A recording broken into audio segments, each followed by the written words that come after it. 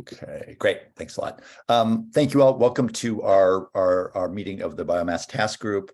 Our primary and really sole function today is to really kind of go through a draft document. It's got kind of two parts. It's got kind of, well, three parts. It's got to have an introductory piece, a set of recommendations, and then some findings. I think given the comments and just the link to the document, we're going to focus on that front piece and the recommendations mostly, and then we can talk about when, if, and how what to do with the findings, which are more detailed and will probably take more time to sort through. In a second here, I'll explain the kind of what the document people have in front of them. Marion just put in chat access for those folks who are not members of the task group. The current draft, which I'll explain in a second, is available in the link that Marion just put in there, so you can see that. Just a reminder about ground rules, and one different one just for today. Obviously, the nice ground rules that Judy helped us develop around, this is probably more important than ever as we go through this document, is to approach us with an open and clear-minded heart, to listen carefully to each other. Part of this is really just getting our minds around a complicated topic. It's not that necessarily people disagree, it's that people are struggling to understand a very complex issue. So encourage people to kind of listen generously as we try to build our understanding for each other. Ask for what you need, speak your truth and what matters to you, while being aware of how it affects other folks. And I think honor complexity, which is really important here because this stuff is definitely complicated. For this meeting only, I asked Marion to turn the chat off. I want us to focus solely on the document. I'm going to make sure there is a longer time for public comment. So those folks who have been following along this whole time will have a chance to weigh in. But chat can be very distracting, especially when we're trying to focus on a document. And so I've asked it to be turned off just for this meeting. And that was my request, just so you all know. What we'll mostly do today is I want to give just a little background on the current drafts, so you know what you're looking at. Turn to the drafting folks just to say a few words if they would like to about what they've done so far, recognizing I don't think it's perfect in any of their eyes either, by the way. And then I think there's some key issues to go through that have kind of got named from comments I received from folks not on the drafting group, but the drafting group struggled with too. Make sure we're clear about the IPCC accounting, which, just to make sure we're clear, there's this complicated question about debt, payback, and stand versus landscape we've really got to sort through. I think that's where there's a lot of confusion or uncertainty or differing views or understanding right now. Talk a little bit more about, there's some details around thermal expansion that I think are more details than the second one I just named. We need to talk through a bit. And I think there in the document, sometimes some confusion between air emissions and health impacts. We just need to make sure we're being clear about. There may be other things. So in a second here, I'll invite particularly the drafting group, if there are other key issues we need to talk about there as well. So we'll dive in just a bit. At 9:45, I'll want to make sure there's time for public questions or comments so people can comment at that point. I want to do a quick poll on kind of where we're at with the recommendations at that point, but only after we discuss things. And then we can talk about what we're going to report out to the Vermont Climate Council. And then touching base with Jane, the notion is I think that can be as specific or as general as you decide it needs to be at this point. So we'll come to that towards the end of the meeting after we see where we're at. Judy, you're on mute, sorry. Patrick, on this draft, I see somebody's comments on the side. Have everyone's comments been incorporated into the main body except for that one? No, that's a good question. So this is where, and Charlie actually raised the point this morning, so just for clarity, Judy, it's a really good question. So the drafting group went back and forth through, I think, October 6th, and then Jane did a final draft that she sent out to the task group on the 7th.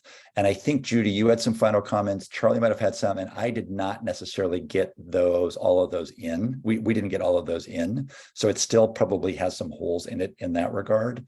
And in addition, I did get some comments from the sort of drafting group folks.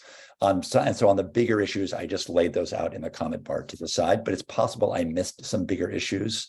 So Charlie, Judy, Chase, if I did, let's name those so we make sure we talk about them today. Chase. So the comments that are in the margins there, who are those from? Those are primarily from task group members who are not part of the drafting group. Anyone in particular? I'm just curious to know, like, who suggested those. Yeah, I mean, what I did is, really, as we talk about them, I think it'll become clear whose comments there were, but I think there are a few folks who shared them. I didn't put them by attribution.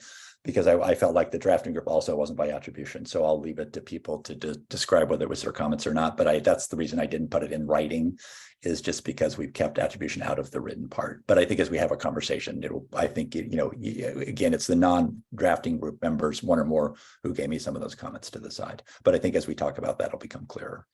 And I don't want to speak for other people, but Liz. Liz, go ahead. Can you? Sorry. Hopefully. Yeah, now we can hear you. Go for it. Okay, great. I probably have a similar question to Chase. Can we just hear who the drafting group was? I actually don't know.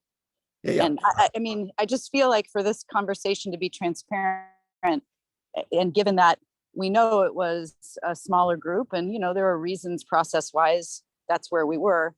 Let's just name where we are and who's had a chance to comment and who hasn't. I gave you one comment. It was an overarching comment about the recommendations section being easier for us to talk about and potentially reach consensus on than the findings thereafter. But, let's just lay it out is my suggestion. Nope, that's good. So let me do that now. So we've got Judy, Richard, Charlie, and Chase. Do I have that right? Was the drafting group, who essentially Jane and I produced a first draft, imperfect, but a start. The drafting group gave us many comments and had a deliberation on it and gave us additional comments, some of which we were able to incorporate and some of which we weren't. So I would say the draft is not really, the drafting group doesn't really have to own it. The drafting group gave us comment and tried to make it better. But I think the drafting group can equally weigh in here as the task group as a whole on what's not right or needs to be changed. So I want to say that. Then I did receive some comments from Liz, one from you, some from Adam, and a few from Billy, who are not on the drafting group, and I got some detailed red line, but I kind of kept that out of it for now because I want to focus more on the bigger issues. So some of the comments to the right are those non-drafting group members who raised kind of broader questions for discussion. And Judy.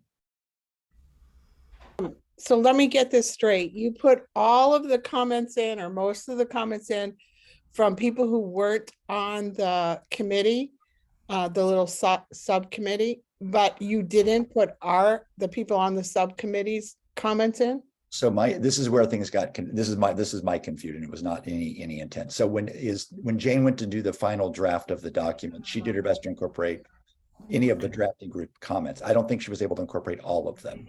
I mistakenly did not go back and look at those to see what wasn't incorporated to put them on the side. That's my fault. It was an oversight. And then I did get some broader comments around key issues to discuss, which are named in the agenda, which are on to the sidebar to the right. So if there are additional big comments, like broad issues you all want to discuss today, Judy, you, Charlie, you, Chase, you, Richard, you want to raise, we should name those now just to make sure we leave time for them as buckets to talk about. Well, now we have to go back and find the documents ourselves, because there was some big items that were suggested by folks. Right. And Judy, that's my fault, because I didn't go circle back one more time to see what was missed from the draft group. It's my fault. Richard. Yeah, I just want to call out one of the overarching recommendations that I had made as a task group member. My background is in public health and epidemiology, so I went through and cleaned up the language in several places from a public health perspective, and I can see that my recommendations were taken in the document. But my overarching recommendation was that the Vermont Department of Health should be given a chance to review this document before it's finalized. Okay, I will note that right there. It's great, Richard. Thank you. And Charlie. Unmute. Thanks, Pat. So I guess just to start, just gratitude to the folks that did try to work on this. I mean, it was like taking 9 months of work, synthesizing it into a document over a 4-day period, mostly by email. So that's never easy to do. So, I appreciate everybody's work to try to do that, to get something to talk about today. I think that the recommendations that were put forward, I think there's some potential textual things or tweaks that we can talk about. My main concern is kind of just to echo a little bit of what Liz had said, was around how we present the findings section. And that's the second section. There's also material kind of above the recommendations that kind of does that as well. And while I think it's important to kind of have context setting, I do worry that as we present that, we're essentially doing a literature review, you know, not things we've read, things we've heard. So it's a little different. And there can be challenges with that, because in any kind of literature review like that, you're essentially taking parts of what you heard and putting them into a context to create a picture. And, you know, to Richard's comment just now about outside review, I would, whatever comes out of this, I would advocate that we circulate it back to the experts that we have heard from, because I think that a level of peer review on this is certainly warranted, because, you know, I look around and we're all dedicated to this, but none of us are really subject matter experts when it comes to a lot of the science and things like that. And so just thinking about where this document is going to end up, what's going to happen to it, how it might be used, I would like to see some level of you know, peer review, for lack of a better word, in terms of how we're presenting the science and the findings that we've got. Great. And I think at 10, when we circle back to the next steps, we may want to identify just try what you just said. And I think what Richard just said about reviews. I also want to know what Liz, as she just commented, but I think it's also, I noted, I think the finding section is going to be much more a greater slog to go through. Jane and I didn't have the bandwidth to actually put citations next to many of the pieces. So, you know, I think in an ideal, in a best world, this would have much larger bibliography and citation and footnotes than it currently has as well. Okay. All right. So Judy, one thing to note, the TK information, the TK pieces did get in there. I actually checked this morning, and those, at least some of those references are in that document, which I know is only one of many, but an issue important to you. Okay, so I think let's start. So I think the first thing to be clear about, and I can put this up, is to be clear about the IPCC accounting, and just that we're clear in the document about that statement. So what I can do is, I don't know whether, a question for you all, is it useful to project the document, or is that better to see each other and people to look at that from their computer otherwise? What's easiest as we start kind of looking at these issues? I would say that if we're going to be talking about specific sections, it might be easier to project it, just so that we know exactly what section we're looking at. Not that I don't like seeing everybody. Okay. And Marion, just to let you know, my Zoom occasionally flips out when I share. And if that's the case, I have to move things around quickly before it crashes. So just bear with me. And if I need to hand it back to you, Marion, to share, I might do that. But I think I'll start to share if that makes sense. Sounds good. Okay. All right. I have this up. Okay, can people see the screen here? And I'm going to just make you all bigger so I can see all of you better. Hang on one second. Okay, all right, there we go. And okay, so in this, I'm going to figure it out here. So right here is some language in the draft around the IPCC and trying to understand. And I'm probably not going to say this quite right, essentially that accounting for biomass ends up in the land use sector because of I think a technical decision about how to account for balances and avoid double counting. And then we received a comment just down here, which is really just pulling out with a specific citation, the explanation of that accounting from the IPCC. So I just wanted to make sure we had a shared understanding, one, and to get the words right for actually how we cover this. Richard. Okay. The IPCC recommendations are made in the context of making national or subnational carbon dioxide or greenhouse gas inventories and similar projects. That's actually not the context that we're working in here. We're trying to make a recommendation about one particular facility or set of facilities. We're not trying to make a judgment about the total releases of of greenhouse gases across the whole spectrum of where releases might occur. So I think that we need to be cautious in applying this this decision that the IPCC made to a different setting. We're not trying to do a greenhouse gas inventory. We're trying to say, is it better to make electricity by burning wood than by burning gas, or than by using electrons from solar arrays? That's the question we're asking. It's a different question from what are the total releases in a territory. Richard, thanks. Other comments about this? Charlie. So just to kind of reiterate my earlier comment, we have a findings section, but this earlier section is also essentially a findings section as well. And so I think digging into this today is good, but just to reiterate, I do think that this conversation is getting at this point of, do we understand this? Are we using this correctly? And so I just want to reiterate that I think that if we're going to advance any of this section beyond today, we should run it by the experts that we've been pulling our information from. Thanks. Great. No, thanks for that. Chase and then Judy. Yeah, thank you. I think that this comment in this quotation from the IPCC, which the link, by the way, at least in the PDF version, doesn't work.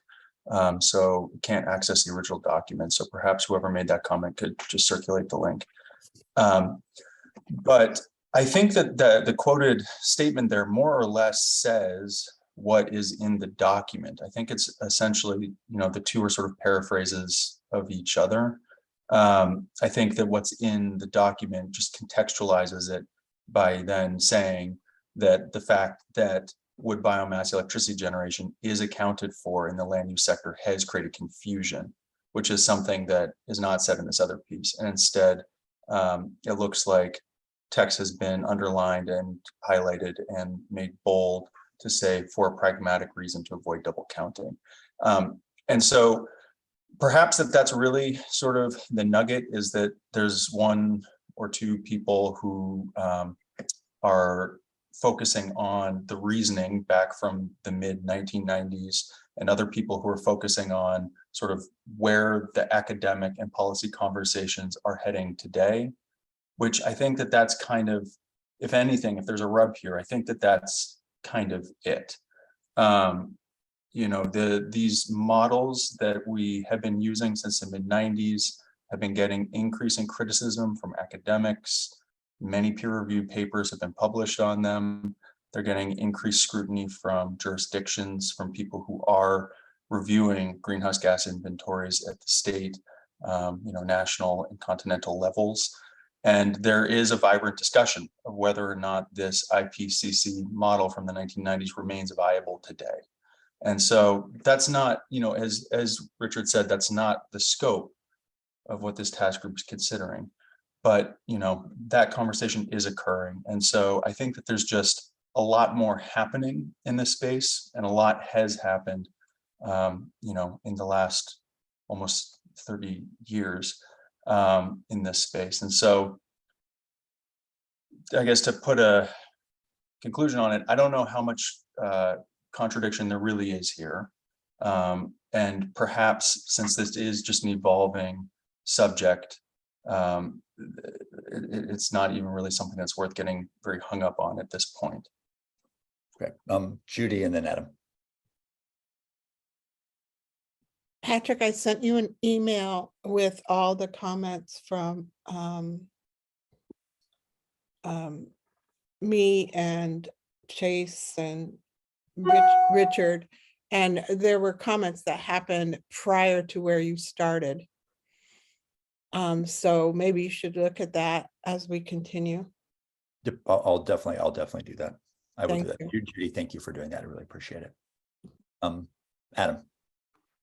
Yes, so I made the comment and sent out an email to that effect. And I think Richard's comments kind of sum it up, that there's this fundamental different framework of how this is looked at across the land use side and the energy side. And so when we're talking about IPCC guidance, I think it's important that if we're talking about that, the way it was written, it sounded to me like it was, this is outdated information and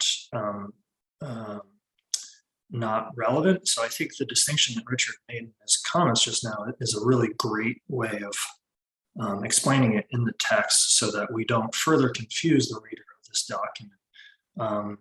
That there's two different ways of looking at it. There's the accounting and doing inventories at the national, state, individual, and that there is a system where private landowners are accounting for the carbon footprint, where they're looking at both the growth and removals, and they're accounting for that. And if that happens on the energy side, that is in fact double counted. That's important context.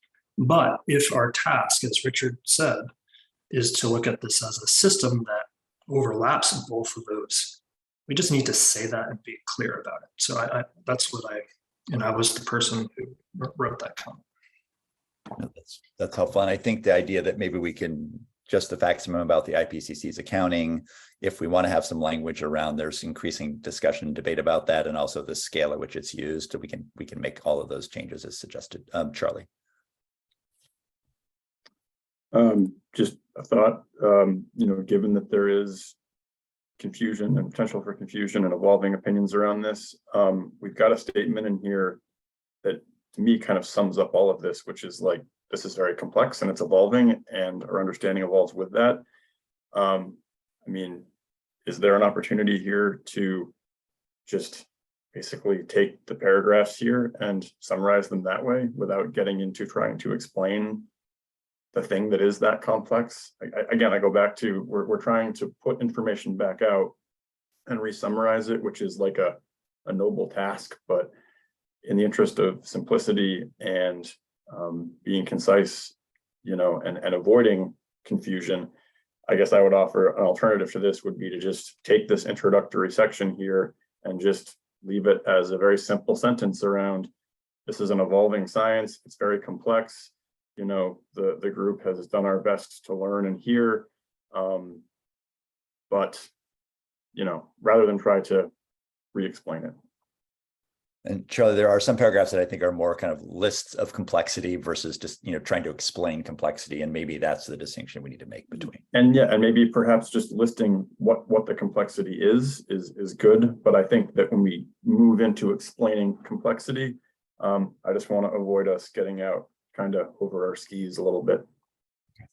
All right, so I think if we were to do it, we've got to think to acknowledge kind of different levels of scale and the purpose of these kinds of things, say the IPCC, and maybe some current debates about it, and just the facts of why it was originally discussed in that quote.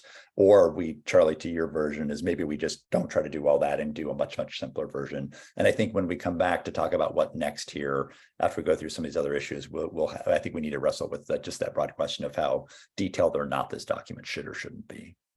Okay, so I think what Richard also brought up brings us to the next issue. And then I want people to start talking about that. And when you start doing that, I'll pull up Judy's email.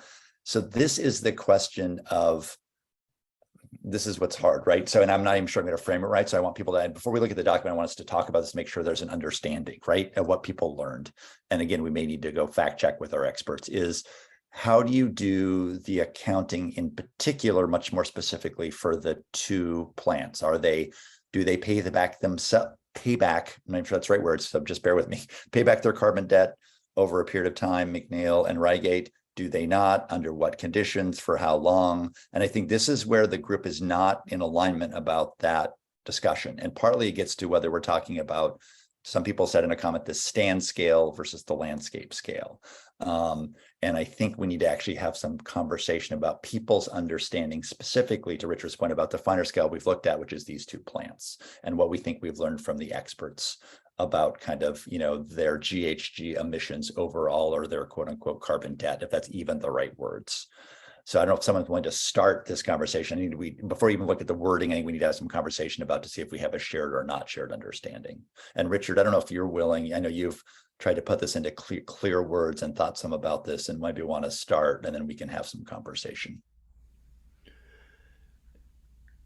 at least one of our speakers said some things that don't make any sense to me. One of the people that came and talked to us, they used language suggesting that somehow an individual facility had and could pay back a carbon debt. And that doesn't make any sense to me. The carbon debt has to do, if that word means anything, that has to do with the debt incurred by moving carbon from the forest into the atmosphere and then paying it back by sequestering it in the forest. That's the level at which the phrase carbon debt means something to me. It doesn't mean anything to me in terms of a facility somehow being able to pay it back. Can I share a thought on that? Yep, please do. But I think, right, that's the whole fundamental conversation we're having here, is that are these plants creating conditions that sustain the retention of large-scale forest conditions across the state? And they're not being fueled primarily by wood that is coming from land conversion. They're being fueled primarily by wood that is coming from sustainably harvested forests that continue to grow and store and sequester carbon into the future. So there is like a disconnect there, because I think some folks feel that these plants are creating conditions that allows our landscape to persist in as a massive stock of carbon, to sequester and store significant amounts of carbon each year through the regrowth, regeneration, and management of those forests. So it's not like these plants come in, cut a bunch of trees down, and they move on. They're maintaining conditions that allow for the ongoing sustainable management of those forests to provide that ongoing sequestration and storage. So I think that's a kind of a scale or lens piece that I get hung up on in these conversations.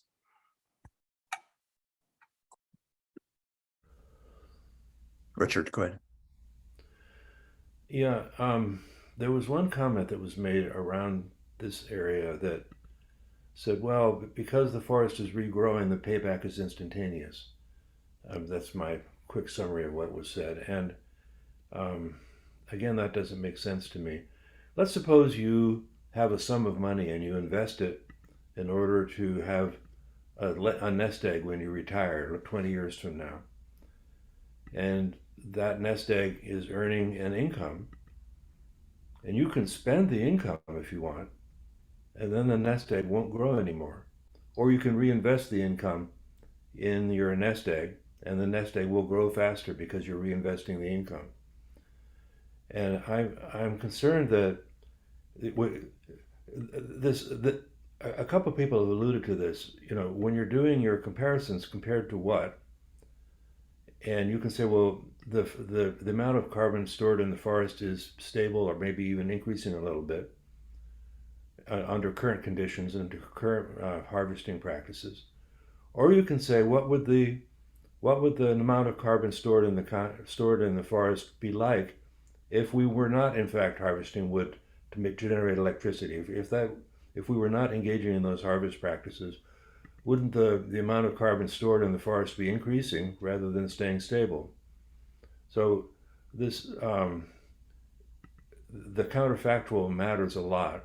Whether you say, whether your goal is no deterioration in the amount of carbon stored, or whether your goal is to maximize the increase in the amount of carbon stored. And I appreciate that, and I'll let Adam speak, but I don't think that's the only variable, right? Like whether trees are harvested and carbon increases or decreases in forests is not based only on that factor. It's decisions that human beings make on what they do with their land, and it's a more complex conversation, I guess is all I'd say.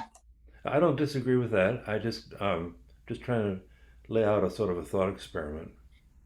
I've had several hands up, so let me start with Adam and I'll go from there. So yeah, this is really important. This is kind of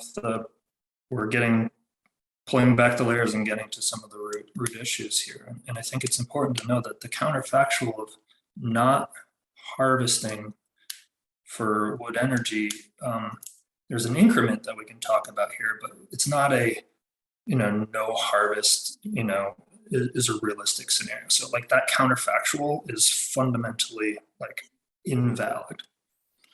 The reason is we have 80+% of our 4.5 million acres of forest land in Vermont in private ownership. So if I'm a private landowner and I own 800 acres of land and McNeil and Reigate close tomorrow, it's not like I'm going to stop doing harvests. And quite frankly, all along on my managed land for the last, 3 decades that it's been in my family and ownership, harvesting has been done primarily for the, timber products, the drivers, and that the increment of biomass happens. So the counterfactual to, eliminating wood energy for power generation, yes, there's a quantifiable increment, but it is not the driver that says harvests happen or they don't happen. That's just not the reality. So I think we need to be steeped in that reality that comparing it to a no harvest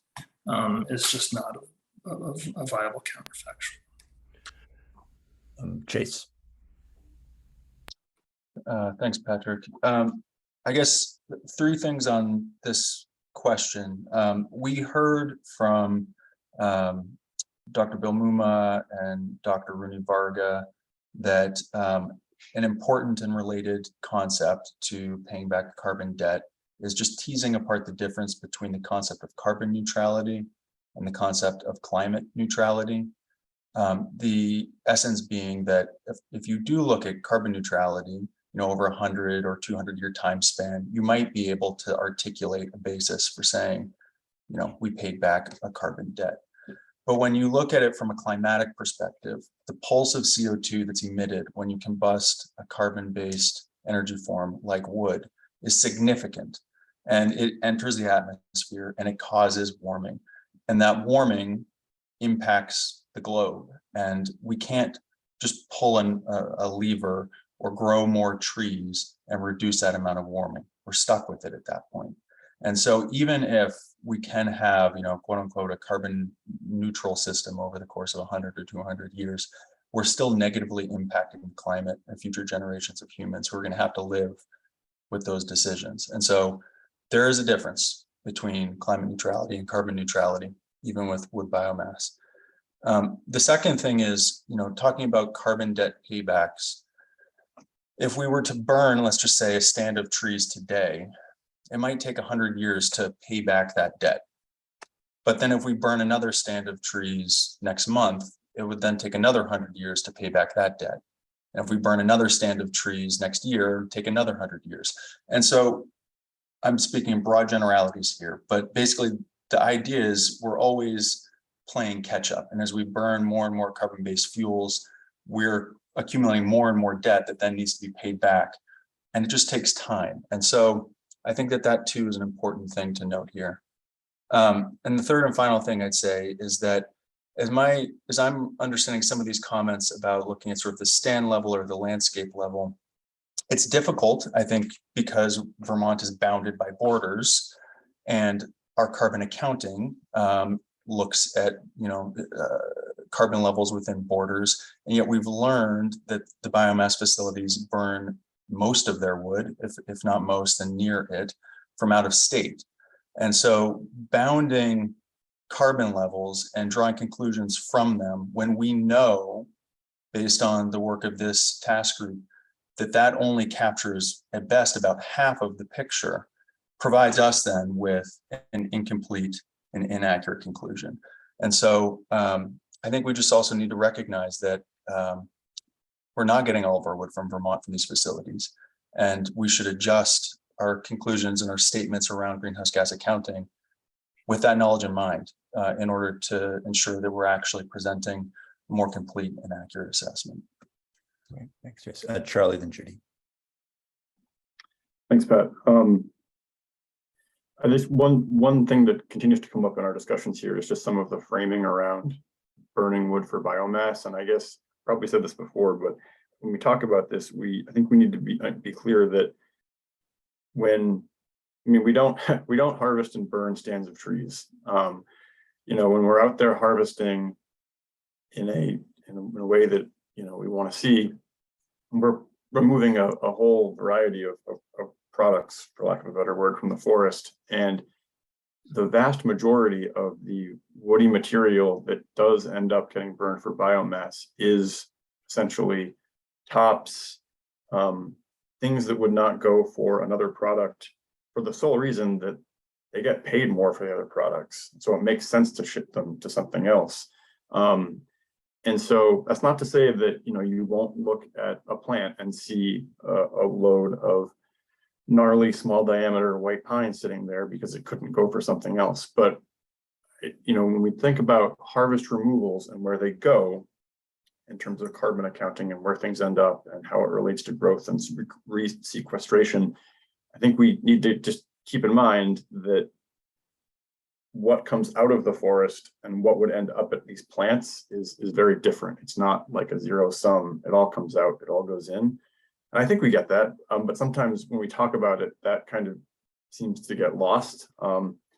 And when we're talking about carbon accounting in these forests, I think that is important to think about where the products end up, what does get burned, what ends up in a durable wood product or some other thing.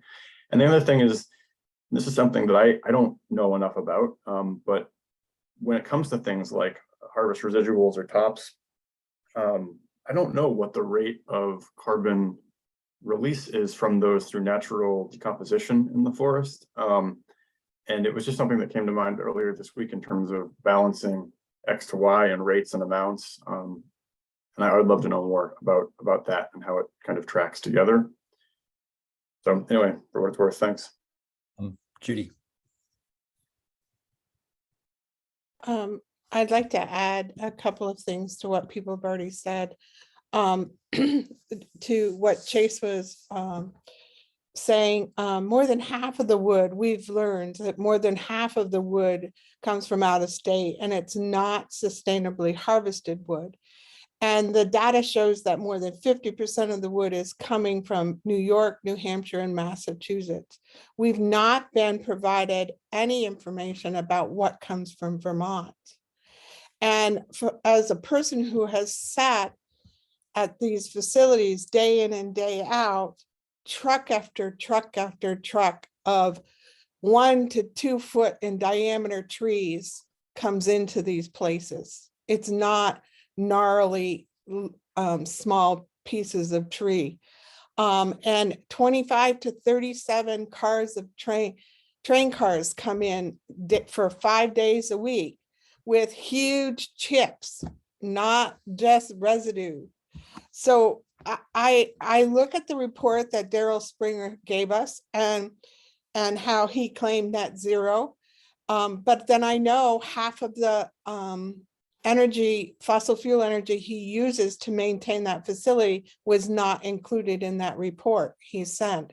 So I think there's a misunderstanding in net zero, and if we expect facilities to calculate it without some kind of oversight, we're never going to get a true figure. And I also want to comment on, as I have many times on this, on the use of the word landscape over the word land. Landscape is an art word to create the land to look the way we want. And that's exactly what we're doing when we harvest these forests. The land is a living entity that's equal to us, and it should be treated that way. It should not be treated as something we mold and shape into something that we can count carbon credits from. Because it's never, once we shape it into a treeless site, we're never going to live long enough to see it sequester the carbon it was when it was cut down. Thank you. Thanks, Judy. Charlie. Thanks. Just a couple of things. Oops, sorry. So just again, for context, I don't disagree with Judy that roundwood pulp, or whatever term we want to call it, does end up at these plants. Chips, when chips are sent to these plants, those are chips from tops and harvest residues that are chipped.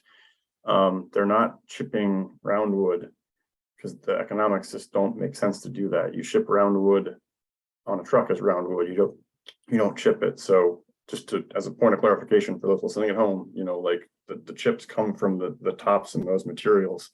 I appreciate, Judy's comment about wood coming from other places and what level of oversight is given to them, but I don't know if we can fully say that they come from all places that are not fully sustainably harvested. I don't think we know enough to say that. We know that there is, some level of review towards elements like deer habitat, and then you look at the Adirondacks, and they've got some pretty stiff harvesting regulations there that need to be followed. So I just want to avoid kind of broad comments about, what is sustainable and not, and what we know and what we don't know. And then, I agree with your comments, Judy, about how we look at the land and appreciate the land. And I think one of the things that I don't want to miss here is that I don't want to think about a zero-sum game. It's not like we don't cut or we just cut really hard, right? Or we do it badly. Like there's an element here where, and the term now would be, I think, ecologically based silviculture, but I think that that's based on traditional ecological knowledge, as I've understood you say it, Judy. Like silviculture is based in a lot of those principles, and I think there's a big element of how we apply it, which is super important.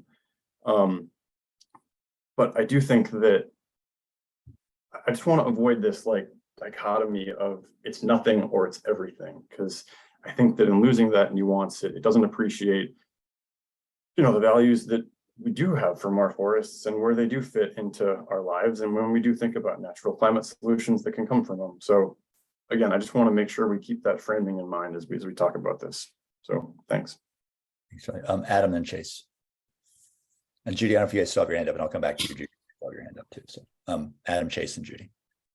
So yeah, I just want to make a couple quick points on a couple pieces. One is that a lot of times the whole where the wood comes from and like, man, it's coming from New Hampshire and New York. I think we should just all remember that the geographic location of the Highgate rail yard, where a lot of the wood comes from McNeil, and the Reigate station on the border, if you draw a 15-mile circle around those epicenters, half of the wood basket falls into those adjoining states. So it's not for some like nefarious reason. I think that this issue has come up time and time again. I just want to make sure that there is a rational, logical, logistical reason for that.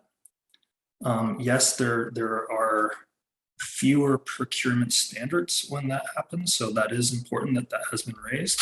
But there is a legitimate logistical reason. I just want to make sure that we're kind of fair and balanced in how we talk about that particular issue. The next thing about roundwood is that the roundwood is brought into the plants to get them through mud season. It's too wet to work in the woods from March till May.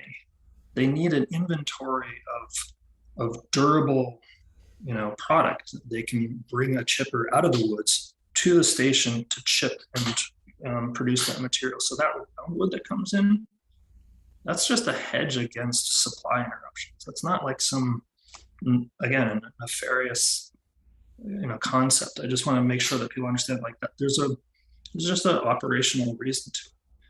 And then the last thing I wanted to mention was just this whole, you cut a tree and then this time scale of payback. And we've talked about this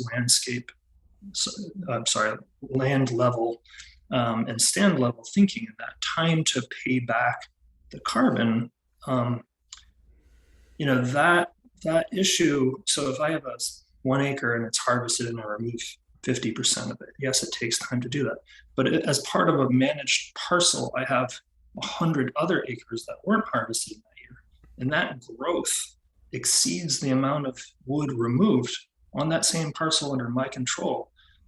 That's a larger spatial framework of analysis that erodes this whole debt and then dividend time to pay back and carbon parity.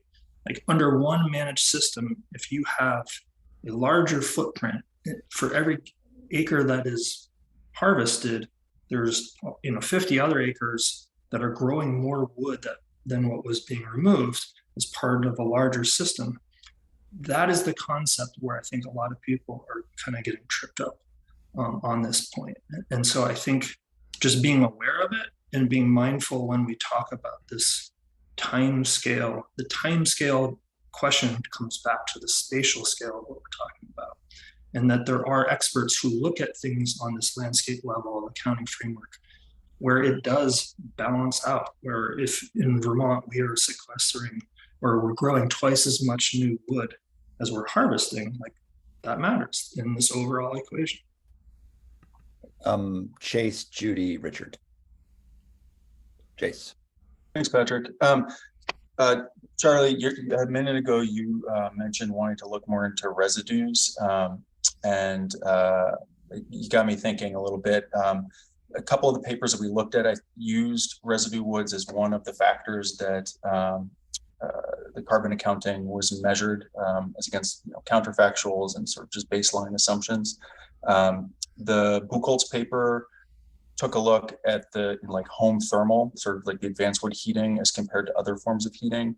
And then the Langonier paper in the context of electricity generation. And so I agree with you that we could definitely do more there, but just wanted to point out that we've heard from some experts on that point. And, Buchholz indicated that if we're, using less than 50% wood residues in the home thermal space, then those advanced wood heating systems would be on a life cycle basis producing more CO2 than their fossil fuel counterparts.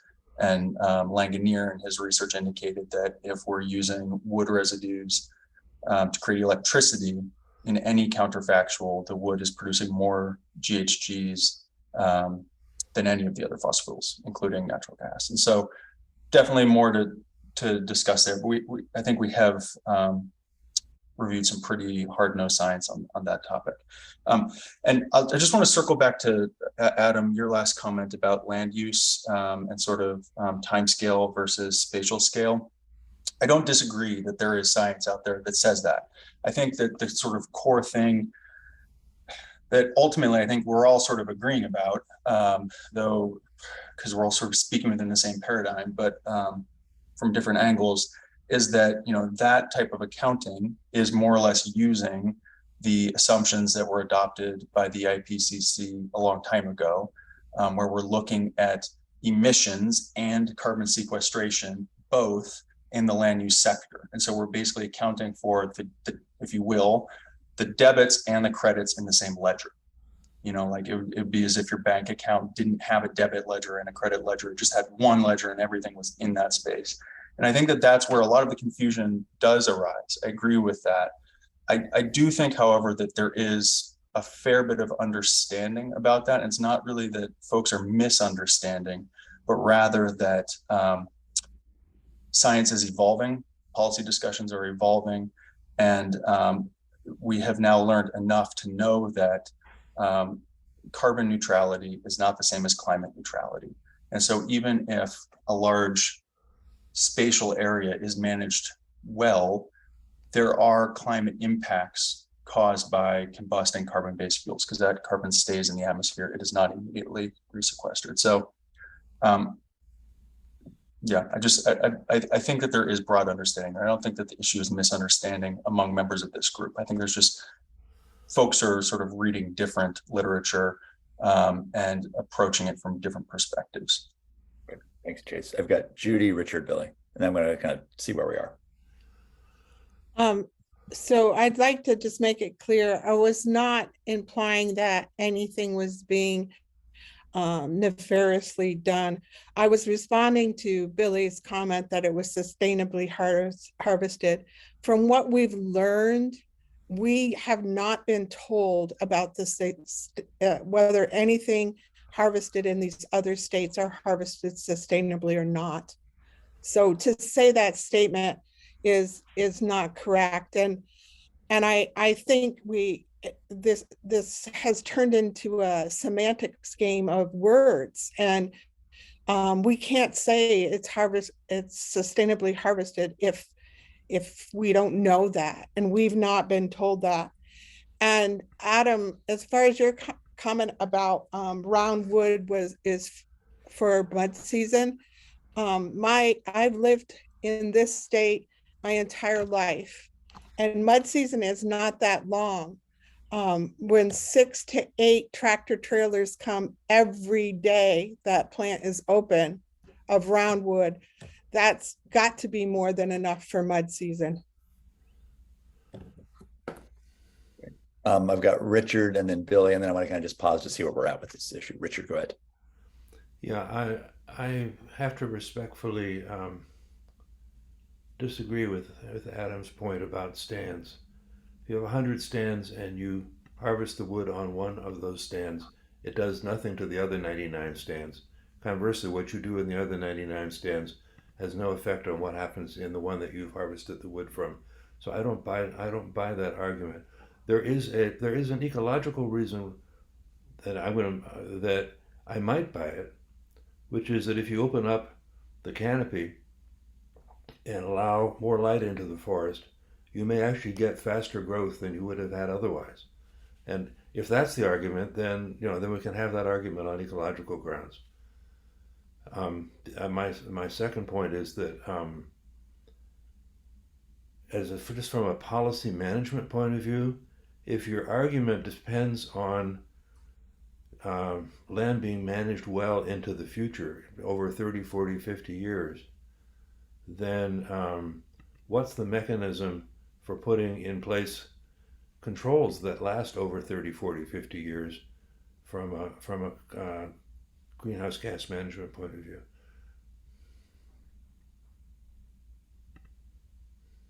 Adam, I don't know if you wanted to respond to that, then I'll go to Billy after that. Yeah, those are great points. I mean, this has been like the long-standing crux of this conversation, that procurement standards, and like we have private ownership, and like there's some rules that govern harvesting in Vermont, but like having this rock solid sustainability aspect of how wood fuel is sourced and how forests are managed. Like our counterparts in Europe, like look at us and they question, they scratch their head wondering like, why are you so wrapped up in this? And the difference is that in Europe, they have sustainable forest management law on private ownership, not just public ownership. And like zoning for forest management for privates, we have that for development and zoning, what you can and can't do with your property. We don't really have that for forestry here. So Richard, you make a great point. That is kind of, in terms of having faith in the system moving forward 20, 30 years, I agree with you. Billy. So first of all, Judy, I'm sorry, you're right. I probably misused that term sustainably harvest. I was speaking generally about Vermont land stewardship, the many generations and decades of forests that have been managed and maintained well to supply fuel to these plants. So I don't know what's happening in other states, so I apologize for overemphasizing that term.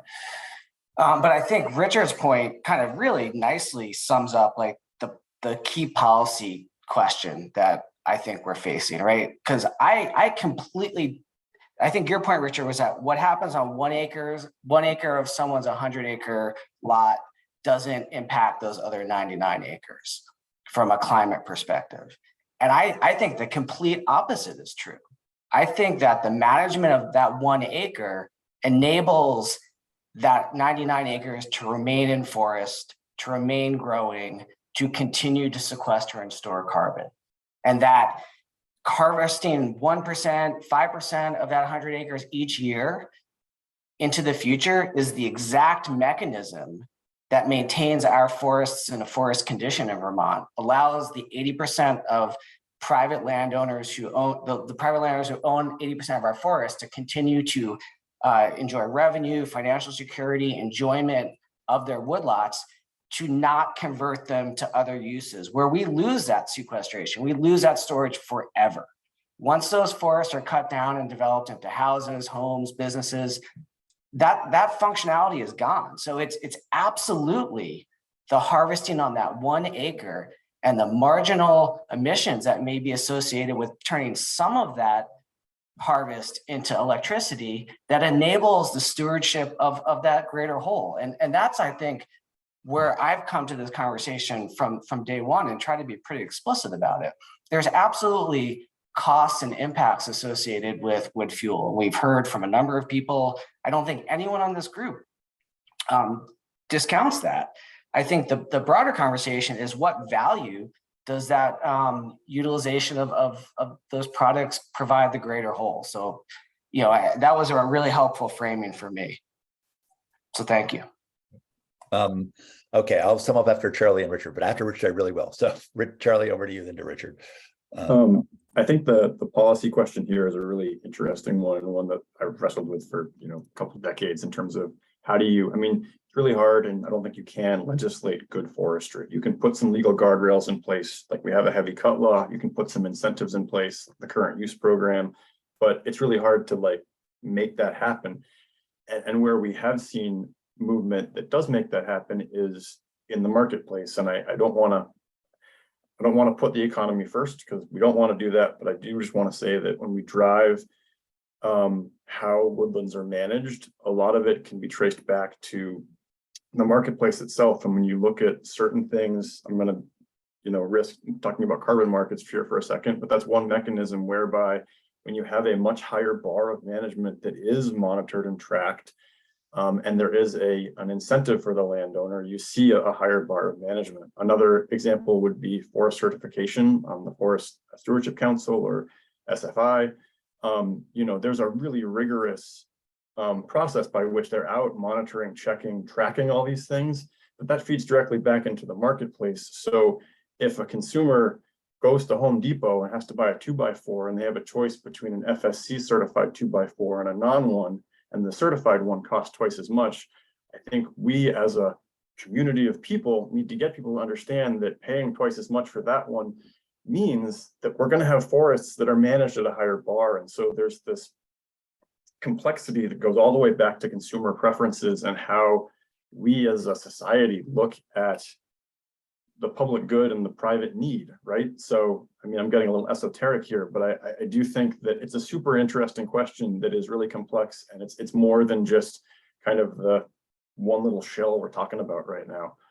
So I'd love to get some beer sometimes and talk about this with everybody, but I think I'm digressing as far as today goes. Thanks. Richard.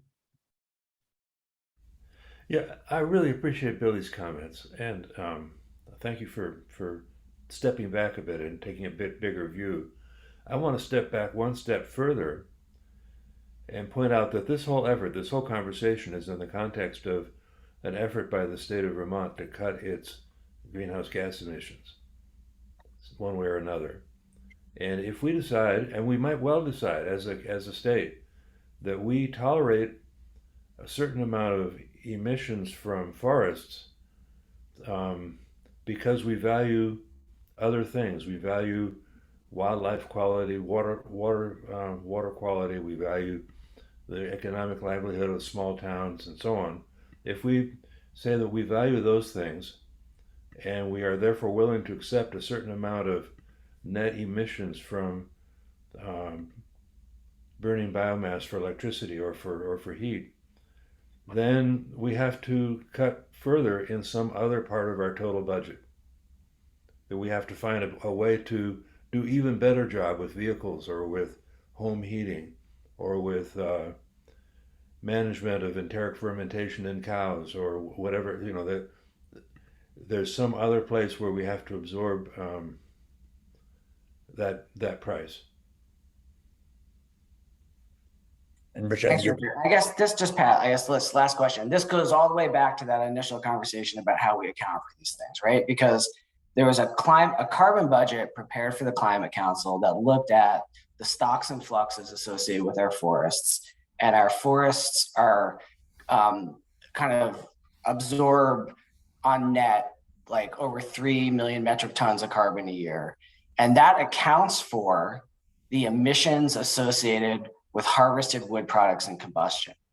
So I think as Adam was saying, and I'm not an expert on this, so if I have some of these facts wrong, I apologize. But my understanding is that carbon budget accounts for forest products that are harvested and says they're emitting carbon to the atmosphere. The forests are still sequestering and storing 3.2 million metric tons, notwithstanding those emissions.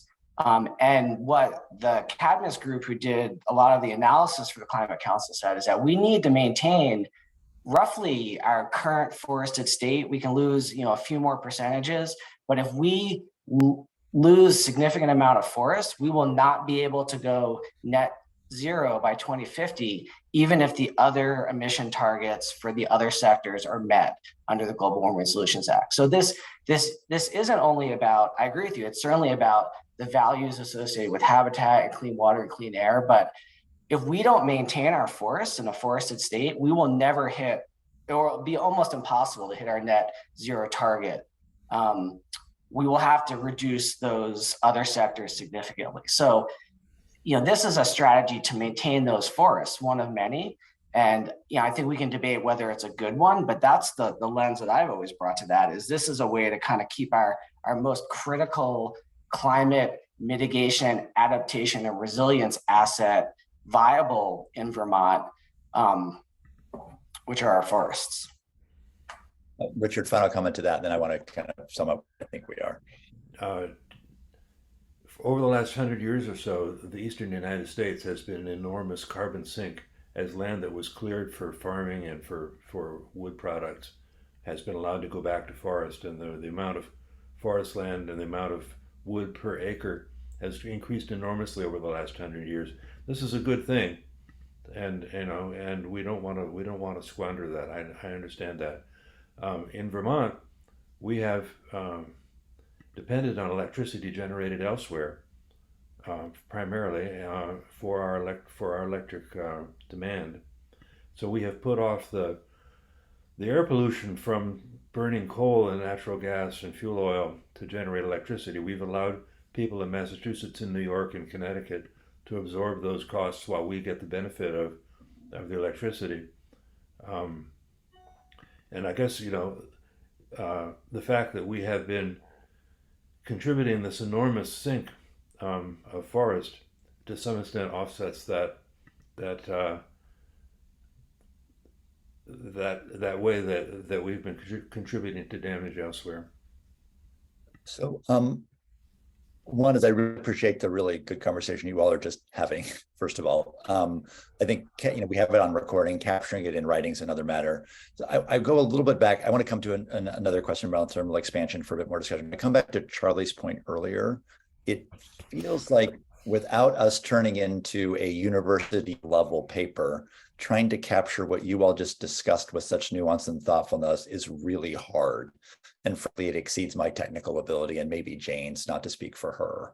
So I do wonder in the document whether we need to acknowledge these complexities without necessarily trying to explain them. I think Charlie, you made a nice distinction as we try to think about what we say to the Climate Council. And it may be shorter is better, only because I think to cover what you just covered in a written way with citations is a pretty laborious and technical task to capture the richness you all just had. So I just want to note that for now. You can agree or not agree at this point, but I just want to note that. It doesn't mean though that we can't come to some recommendations, regardless of not necessarily capturing all of our findings or learnings on paper, which I want to, again, we'll test in a little bit. Charlie. Thanks, Matt. Yeah, I mean, what you just said was what I was going to offer as a solution here, is basically take that introductory section and just narrow it down to a few sentences that just describe the complexity of the topic we're working with, without trying to explain the topic.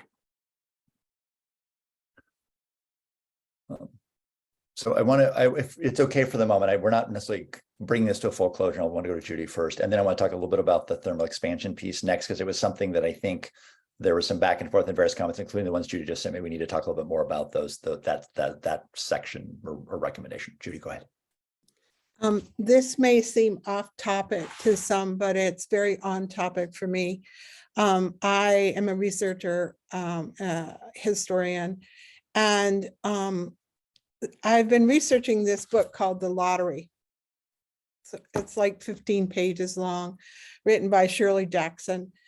She lived in a small town, she lived in Bennington, and she wrote this book in 1948 about traditions and how it was traditional to have this lottery each year, and each step of the tradition had to be upheld, and people questioned changing the tradition along the way. but it ends up happening. And the tradition of the lottery is to vote on the person within the town that gets stoned to death. And that happened pretty much to Shirley Jackson in Brattleboro. This book, in Bennington, this book was banned from the schools there, the libraries there. To this day, they don't talk about it, but it's read throughout the world and used. And that's what I see we're doing here. We're like passing the buck on and on and on all the time because it's tradition to do this. We have to face the fact that we're in a climate crisis. If we want a world for our grandchildren to live in, we have to do something now. We can't keep sidestepping all these issues and saying they're too complex to discuss. We said that 8 months ago. Then we learned so much more, and now we're saying it's still too complex to discuss. I'm a kindergarten teacher and I can get this. Judy, one thing I just want to be clear about, my suggestion is not have the group come to recommendations, but how much you want to explain those recommendations is a different matter, to your point about action. So I want to be clear about that distinction if that's helpful. Yeah, that's fine. It's just, let's do something. Let's recommend something for crying out loud. We can't keep moving on and saying it's tradition, because tradition isn't working. Very fair point. Chase and then Charlie. Thank you, Judy. That's really important.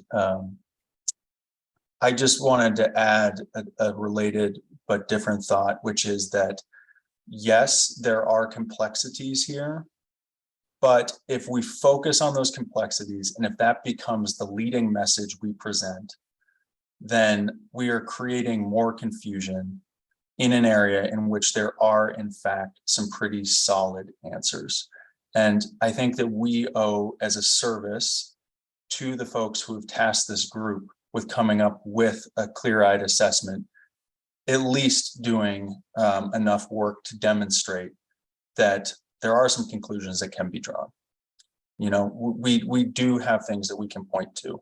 And I think the throwing up our hands and saying that it's complicated and then just jumping right to recommendations, although a way to facilitate reaching conclusions now is, in fact, I think, doing a disservice, because the people who will then read and consume this this document may then think that this is something that's too complex to be understood, that it can't be understood, that it's impenetrable, and that's not actually the case.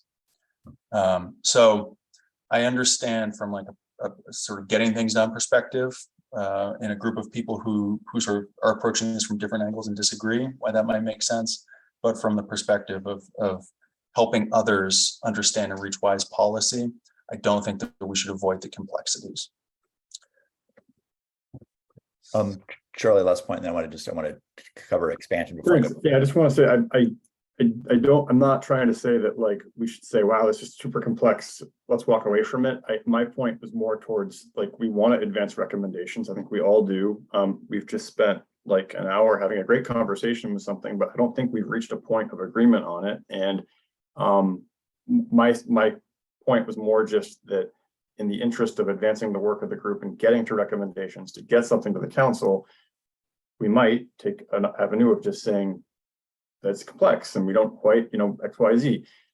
If we don't want to go that direction, that's totally fine. And we can work more on this section. I'm not opposed to that. And I don't want to use complexity as a shield of not dealing with something. That's totally not the point here and not my intent. It was more just, how do we advance something and get some work done so that we can get something to the council.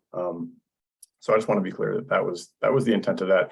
And then I go back to the initial point I made at the beginning, where if we do put forward things like that, I would like to, have the experts that we've talked to at least take a pass at it, just to say, hey, you guys, great job, but there's something here that might need to get tweaked.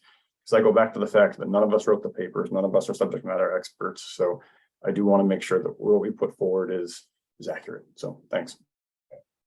Okay, and we're going to come back to all this in a little bit here. So I want to just talk about thermal expansion for maybe 10 minutes, do public comment, quick poll on the recommendations, and then we're going to talk about what to take to the Vermont Climate Council next week, and then beyond, potentially what our work is beyond that. Okay, so I'm going to pull up the thermal section. Just let me know two things, so I just acknowledge them, because Judy had commented on this section around kind of the thermal question.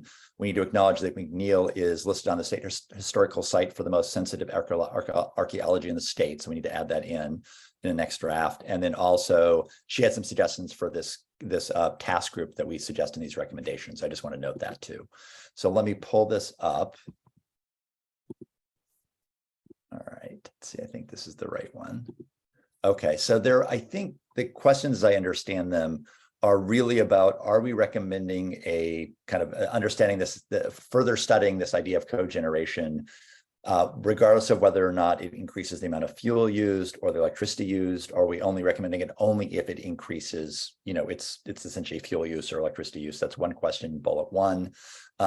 There's also a question, bullet two, about if in fact, thermal expansion is for the long term, but in fact, the biomass plant is going to be phased out or reaches its life cycle end, or its life of term, whatever that's called, 10 years before that. What does that actually mean? That's the comment I'll note here. And so we also don't actually say who should study. So there was a comment about like who are we telling to do this? So I think this just bears a little conversation about our intent here. We probably haven't talked about this one as much. And let me just, if I can move this slightly, let me see if I can make this slightly bigger. I see some folks are trying to read it, so let me just, whoops, that's not helpful. Bear with me 1 second. Let me try to expand this slightly. Okay, there we go. All right. So again, I think Judy's comments are things we can add in. I think there's just question of clarity about what we're recommending and to whom here potentially. So just a little bit of discussion here before public comment would be helpful.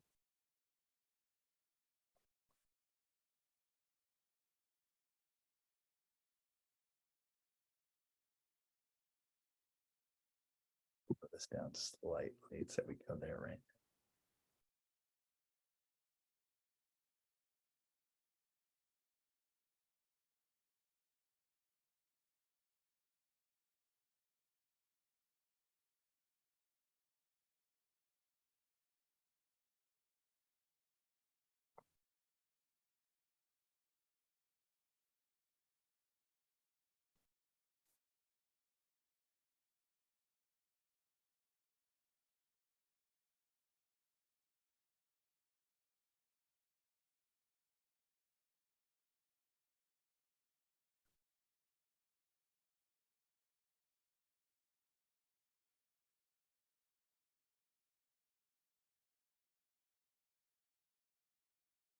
So further thoughts on either of these bullets here. So again, one is very specific to McNeil. The other one is more broadly around about biomass for heat, which was not within our scope, but we're noting it could bear further study. Liz, go ahead. You're not looking for like red line edits. You're looking for general comments, right? Yeah, Which I do have. Exactly. Yeah. Okay, great. Why did the drafting group limit the notion in this paragraph to McNeil, given, and I understand there's a specific proposal for McNeil that's being looked at right now, but given my understanding that Reigate has at times brought in, either co-generation or co-industrial uses. So I just wondered why it's not more, generic to both plants, I guess, was my first question. Drafting group, do you want to respond to that? Chase, go ahead. I think it initially started as general and then it became more specific, and I don't recall why, but I think that was the progression. And I agree with you, Liz, that it should be more general to the extent that is what you're getting at. Yeah, it feels like it feels like it could be. So that's why I was wondering what the thought was. So. We can make a general comment to this point about, should thermal, so cogen should be looked at generally, and then we can speak specifically to some of the McNeil issues as a subset, but not just focus just on McNeil. Yeah, and I'm not sure, Patrick, I appreciate that comment. That's not where I was going. I was thinking to just make it, again, these are supposed to be overarching recommendations. It feels to me that this could be an overarching recommendation that wasn't tied to one facility or the other pretty easily. I think it looks to me like the one difference would be, well, I'm sure there might be others, but the one that occurs to me is the language around causing health burdens. And if this were going to be a recommendation that should any biomass facilities seek to expand, and again, whatever expansion means, I think I've brought that up before, it's not a defined term. And I do think that's potentially problematic once we get to the findings and there's a statement about footprint that it isn't, in my memory at least, what we heard. But at any rate, regardless of how you define expansion, it feels like the part about health burden, like in other words, if it were a concern about expansions investigating all benefits and burdens, or burdens and impacts, or impacts and opportunities, or whatever the two sides of those words are, that feels like it would make it more broadly applicable. And Liz, you said we could mention things like whatever the site is: health burdens, GHG emissions, resource impacts, neighborhood impacts, so on and so forth. Well, and because it would vary by facility, that was my point, I guess. Like, I don't know that we even, like, for a recommendation to investigate this, I don't know why we need that. It gets into some of the back and forth on what we heard. And so from a reach consensus point of view, which is where I was heading, it feels like there's a way to do this that would broaden and whatever. I mean, generic doesn't really apply because we're talking about two facilities, but make it applicable to both. Gotcha. Judy. In part, Liz, that happened because we had been given data on the health issues around McNeil, not on Rygate. You're right, the population made a difference. But the other discussion we had around this was the difference in sizes and the fact that Rygate had just filed for bankruptcy. And factually, I just want to make sure people know that actually factually is not what has happened. The owner of Rygate has filed for bankruptcy for certain and, a number of its assets and facilities. My understanding is Rygate is excluded from that proceeding. That doesn't mean that's not, a risk to the facility given what the owner's financial position is, but just for purposes of kind of the record, since we're recording, I want to make sure folks are aware of that. Thank you. Thanks. Okay, other comments? Again, I think the general comment is to try to make this bullet one more general to, the two facilities, not just the one. Other thoughts or ideas on any of these as well? Is this too loud for you guys? Okay, good. Other things from, and if folks could just mute if they're not talking to Tell me if it bothers you and I'll stop. Hey, Cheryl. Thanks, Cheryl. Thank you. So other comments from the group here. And what I can do is, if people are willing, when we poll on this in just a second, I can actually broaden that bullet point to both. And the polling is not on the whole thing, but just on the simple statement. But I just want to clarify, is the language intended to only trigger investigation if an increment of additional wood fuel is consumed to make that thermal expansion?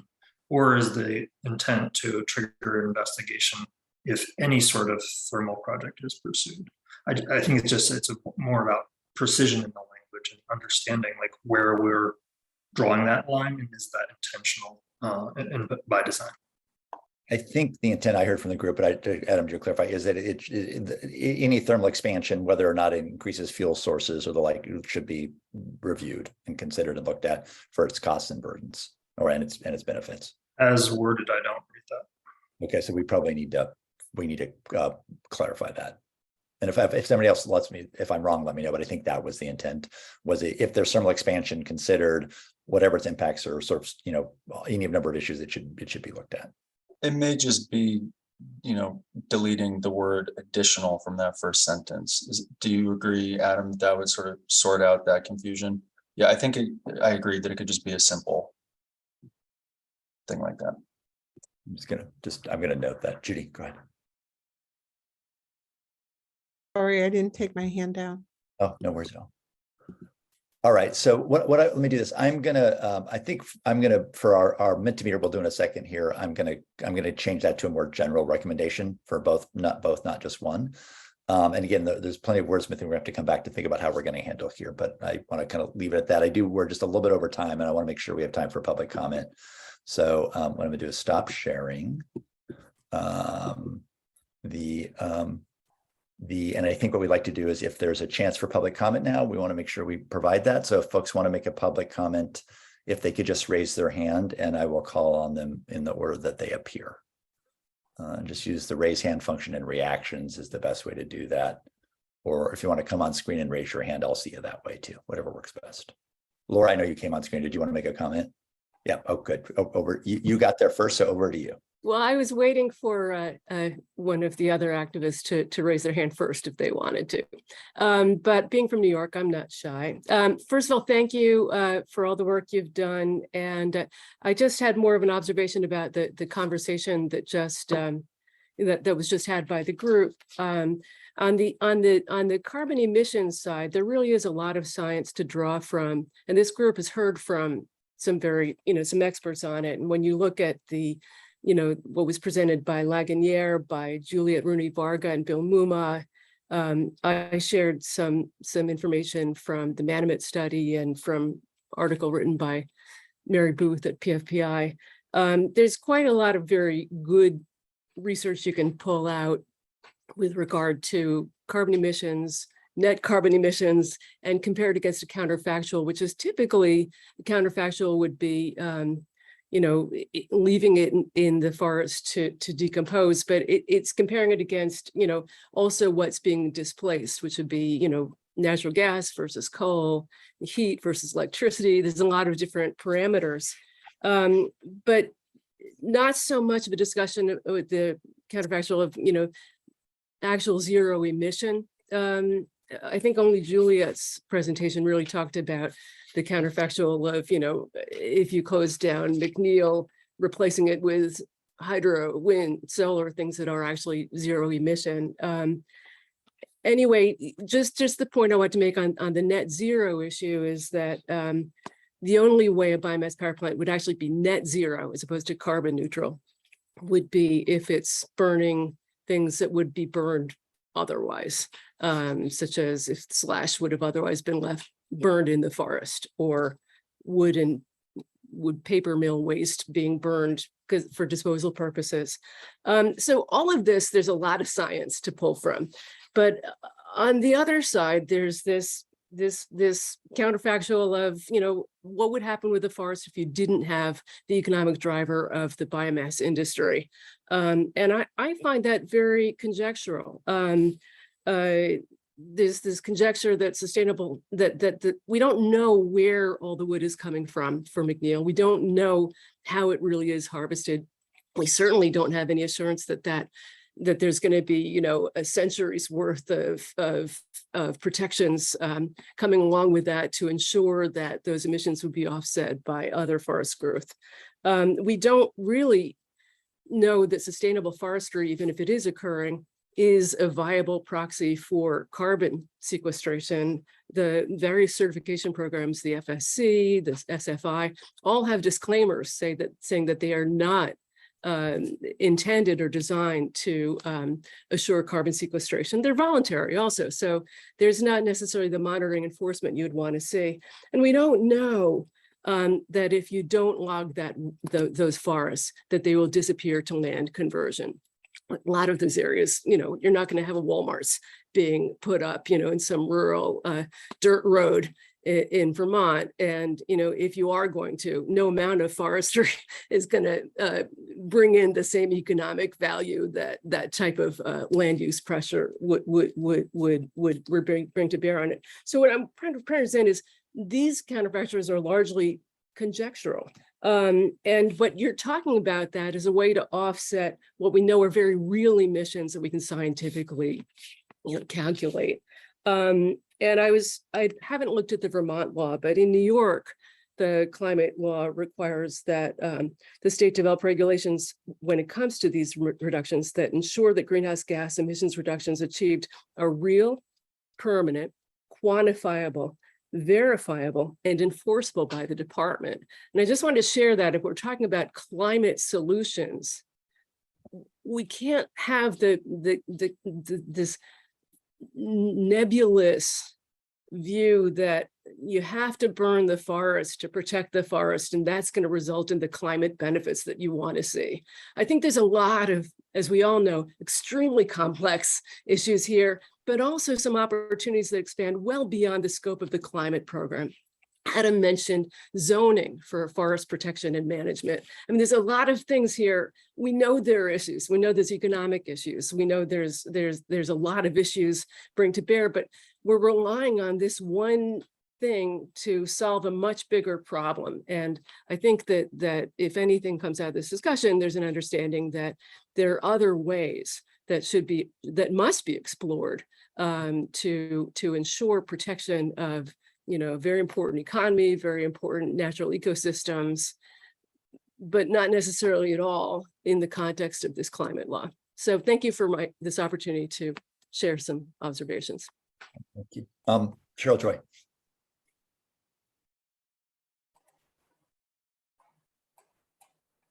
Cheryl Joy, you there? Yeah, hi, sorry. You know, I missed a lot of the meeting and I'll be watching it, of course. I was there for the very beginning.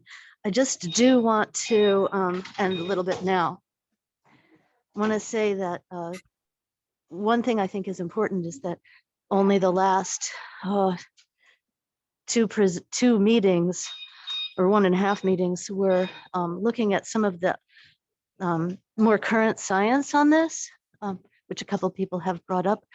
And Dr. Sturman will be able to, I think you didn't have a chance to ask questions and get answers because it was a lot all packed into one meeting.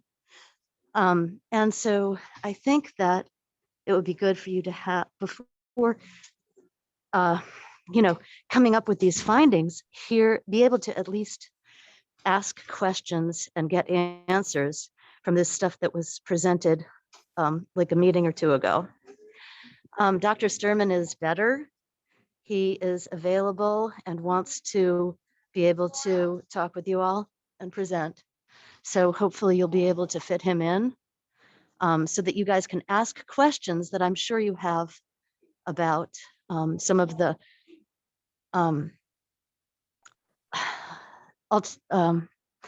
alternative information that you've had. So that's about it.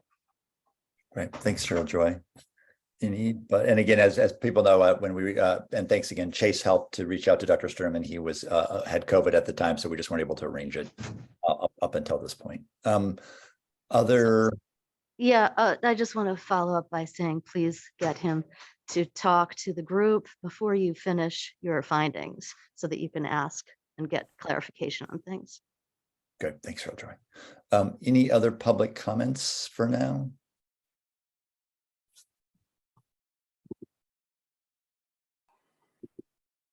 Okay, so Can I just respond quickly to digest some of the public comment that we heard? Yep. Why doesn't the group do that? Then we'll pull. So if there's any kind of reflections on the comment. You know, Laura, thank you for your comments. And, you know, I just want to be clear that I don't think I've ever suggested we need to burn our forests to save them. My point throughout is that we've heard from a number of Vermont-based researchers that we have a tenuous forest products industry in Vermont, that one of the reasons Vermont has maintained its forests for decades is in part because of landowners' ability to manage land for a number of goals and purposes. Income is one, personal enjoyment is another. There's a whole range of motivators why the 80% of Vermont's forests that are owned privately are in that condition.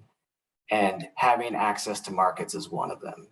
And this conversation at times has been this binary between don't touch a forest or burn it. And that's not what we're talking about, right? We're talking about there's a whole complex set of circumstances and decisions that people make when they decide how to manage and steward forests in Vermont. And we have to be mindful of those. And we have to make sure that if we're talking about pulling those threads or reducing one of those options, that we're explicitly identifying alternatives for folks.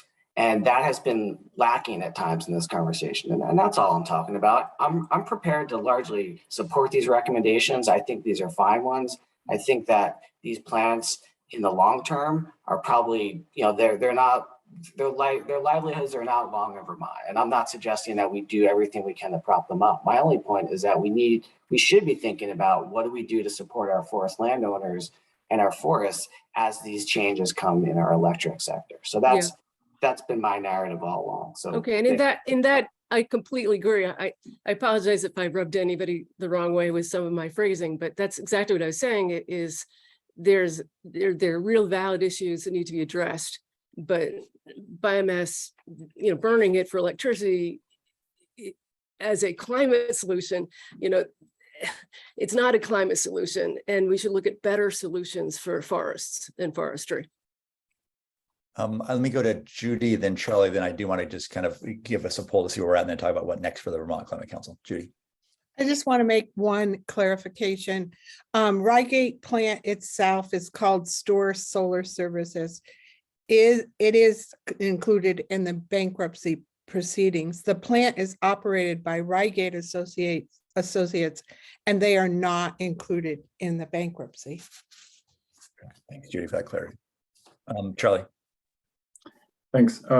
Billy touched on this, but I think that we do have a recommendation, or we have couched in a recommendation here the exact idea that Billy got at in terms of, if we are going to, well, I guess acknowledging that we have a market for certain material, which is now going towards electricity production. If we do shift away from that, can we find a new market for that material? Whether it's, there's really exciting things happening with everything from wood insulation to wood textiles to things like that. So if we are going to be moving away from that, trying to find another market, again, to get back to the broader point around, the ability to sustainably manage forests does keep them as forests to a certain degree as far as, driving that. So I would just want to flag that as we work through recommendations, potentially spending a little bit of time on the one that I believe it's kind of like the second half of one recommendation that touches on kind of impacts to communities or working land economies, or I can't think of how it ended up being phrasing, but I think we should look at that one a little bit too and see if there's potentially a way that we can make that a little bit more explicit as far as market substitutions as it relates to the forest products economy. Great. Thanks, Charlie. Chase, last word here before we do a little polling. So, yeah, I think that Billy, Charlie, that's great. It's important work, and is, I think, fundamental to figuring out how we can have a just transition in this space. And so, that work, I think is critical from a climate perspective, but also, Billy, to your point that these facilities are getting pretty old. And I think we've all learned that they are pretty inefficient and have some sort of challenging economics around them. There's a possibility that we could see closures with or without recommendations from this entity. And other states in New England are moving away from wood biomass, electricity generation, and renewable energy credit recognition. And so I think the economics could become even more challenging if, states stop, if they change their law so they cannot purchase RECs from Vermont. And so, these facilities would see fewer markets to sell those RECs in. And so I think for many reasons, climate, sort of practical economics, the way things are moving right now regionally, internationally around wood biomass electricity generation, identifying ways to achieve a just transition is an important thing that we need to do. And frankly, I think we have a responsibility to do it. Right. Thanks, Chase. Okay, so I want to do a little polling on our recommendations. The short version only just as more information for them to discuss what we're going to do, say, to the Vermont Climate Council next week and beyond. So just bear with me. So I'm going to show you what I'm going to poll on. Then I'll put a link in chat for just the task group members to respond to. So I took the recommendations and I separated them, partly to Judy's point, between actions and study. So there's really 4 ones that you named as actions. This is wording from the current document with a change I'll explain in a minute that I made to Alyssa's point. But so these are the 4 more action-oriented recommendations that I will pull on in a second. Now, if this works right, let me see how I go to the next one here. The next one is the study ones, and I did, it's partly to what Chase just said about number 3, that one is there. And then I took 4A, which I actually just said expansion of electric biomass facilities to address Liz's point of being broader. 4B is around heat, and then 5 is around the carbon budget. So those are I just wanted you to see that before we did it. So what I'm going to do is I'm going to put a link in Menti, give the task group members only a chance to kind of, respond to both these polls, all questions are on action and study. Then we can look at the results. And then I want to talk about what you all want to do or say or not say to the Climate Council next week. So that's our plan. So I just put in. Can I ask a question? So I think that there are some specific words in some of these that may be problematic for individuals. So when are we going to get to that? I'm going to have to vote against something because it has a clause that I don't agree with, but I agree with the overarching. So this is what I want to do this now, because I want to see kind of where we are. So if we have difference, we may not be ready to report anything to the Vermont Climate Council, right? Because we may need more work. So this is just kind of seeing where we are, but we will absolutely need to get to either today or soon that point you just made. So this is just a test of where we are with, in fact, the wording we have. Okay, but I'm not comfortable with that because I'm going to have to vote against something that I support because it's got a clause. So the first one, it says we should not support new plants because they won't decarbonize our electric sector. I think we should not have more plants, but as we've learned, the likely alternative to baseload is new natural gas, which won't decarbonize it either. So it's a misleading justification. So I 100% support that recommendation, but that part just doesn't work for me. And I don't want to vote no against that. So here's let's not poll for a second. Totally fair. So we don't have to poll. All we want to do is we thought it might be useful to know where we're at to then figure out what to do with the Vermont Climate Council. But let's pause on that and let's actually do this. Let's actually talk about, given where we are today and the discussion we had and where we're at with the document and our back and forth, and even Billy, to the point you just made, what do you want to say or not say to the Vermont Climate Council next week, right? That's our immediate question. And then we have another question about what else do we need to do after that? But we need to answer the question, for next week, what do you want to say? So I think let's turn to that discussion first. And I'll go, and I'm fine forwarding these recommendations largely as drafted. There's just a tiny bit of wordsmithing that, from my perspective, needs to happen. So, and we could even potentially wordsmith off Menti. I think I can wordsmith off Menti and show it to you, but I'll get to that in a second. Richard, you had your hand up though. No, it was because when I followed that Menti link, it took me only to the second set of questions and not to the first set. Oh, I think we're that's not doing that anyway. Well, and I think I need to click the slide back for you to be able to see both. All right, so I'm just curious and maybe to Billy's point, we can't actually do some quick editing here, but I do want to see what are you all thinking you're ready to report to the Vermont Climate Council next week? If you want to send a long document, we're clearly not ready, right? I think that's obvious. If you wanted to do potentially recommendations, we could see if we could get there, in our next 15 minutes in terms of wordsmithing just the sentences. And or you can report back to the Vermont Climate Council. We've had a great discussion, covered a lot of things, and we're really working to get you something. We're just not there yet. Charlie. So, I agree with Billy, and I think if we can hammer out the language in the next 20 minutes, then that's great. If not, then I think that we forward essentially a document, a memo that says, we've got draft recommendations. Here are the areas that they work in. We're trying to reach consensus on language. And we can give them an idea of what those are. But yeah, I think that we either need to agree on the language and then do that, or just give them something conceptual. And then I'll also add, just because we're on the topic of conversation, I would like to ask the Climate Council again what they're going to do with this stuff, because at the last steering committee meeting, it became really clear that they still don't know.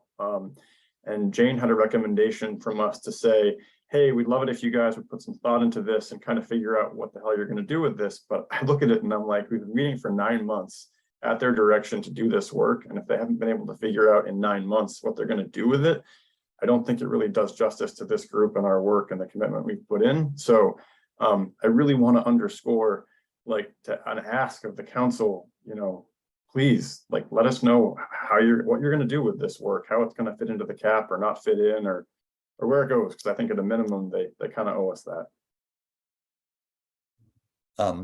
And I put if we do that short memo idea, Charlie, I've added the ask piece in there. Judy. Yeah, I think before we vote on this, we need to do some wordsmithing as well, because there's some questions, like Billy said, that I agree with half of what it says, but not the other half. And how do I mean, if nothing else, I've learned to not have a lot of trust here. So how will I trust that which half you'll use when you present? Other thoughts on this, and if that's the thought, then we might just go right to trying to wordsmith the words. And maybe we should give that a crack for 10 minutes and see how we do. How about that? Liz. Are you thinking, just so I know to follow along here, are you thinking of wordsmithing the 1 through 7, or like, are we starting at the top of the document? Oh no, no, absolutely. Just the 1 through 7. Got it. Okay. Thank you. Because we would not get done anytime soon. Right. Okay, good. Got it. All right. Well, let's take a crack at this, and also, to Judy's point, to be absolutely as transparent as we can be. So let me just put these up here. So I put these in Word. I hope I may have shortened them in a way that aren't good, so we can add words back in if we need to be. But let me share my screen here. Okay. All right. So let me make this slightly bigger. Ignore the comments to the side. Those comments just got copied from the bigger document. So it's just the words. And if I'm missing words because I did a short version for the poll, just have me fill them in. So let's look at number 1. And what would we need to change for people to find that acceptable? And if people say they need to change it, someone says that's not acceptable, we'll have to talk about it. I think just delete everything after the word utilized. I would just ask why we would do that. I heard what Billy said, but we have not been tasked to look at emissions from natural gas. And we have compared biomass to natural gas. We have seen research that does so, that indicates that wood biomass produces more greenhouse gas emissions than natural gas for electricity generation. But we've also looked at a lot of research that is very clear that burning wood biomass for electricity generation does produce climate damaging emissions. And so I'm curious as to what is actually inaccurate about those words. What is not true? When I read them, they seem true. It's not untrue, but it just doesn't, it's not comprehensive, right? The alternatives don't decarbonize either. I'm comfortable with things like have low efficiency, have a disproportionate amount of emissions to other sources. Like I'm fine to like characterize it that way, but that statement is just kind of like, doesn't seem appropriate given that the alternatives don't decarbonize it either, right? That shouldn't be the standard, because most things will fail. So I guess I want to push back on that, because I hear an assumption in there that things like solar, wind, clean run of the river, hydro are not alternatives. But in fact, I believe that they are.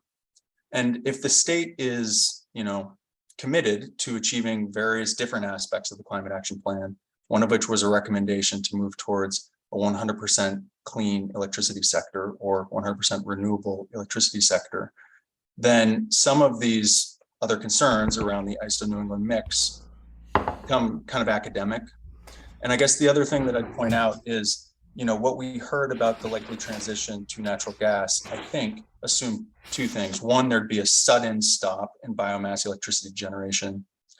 But as I understand, the conversation has been more about responsible and phased scale back.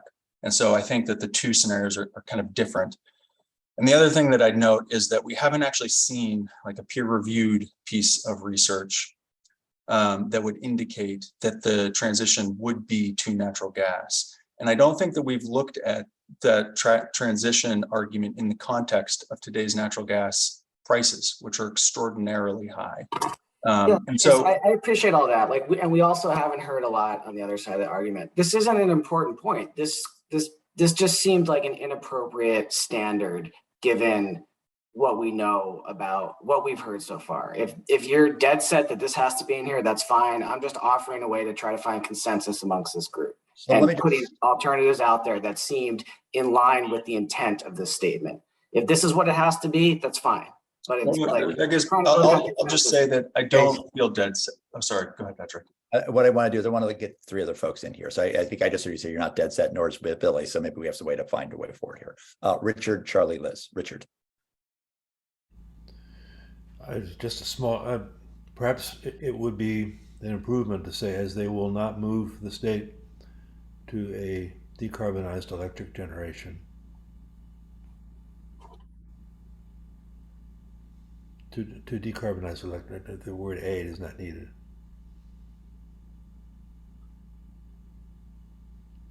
Or I think towards. that's fine. Will not move the state towards. Move this, get rid of the double state towards. Is that right, Richard? That's what I'm suggesting. All right. I'm going to leave that in there, and people go to Charlie and Liz, and we'll see how that looks. Charlie. Thanks. Is there a better qualifier of scale that we're talking about in this one?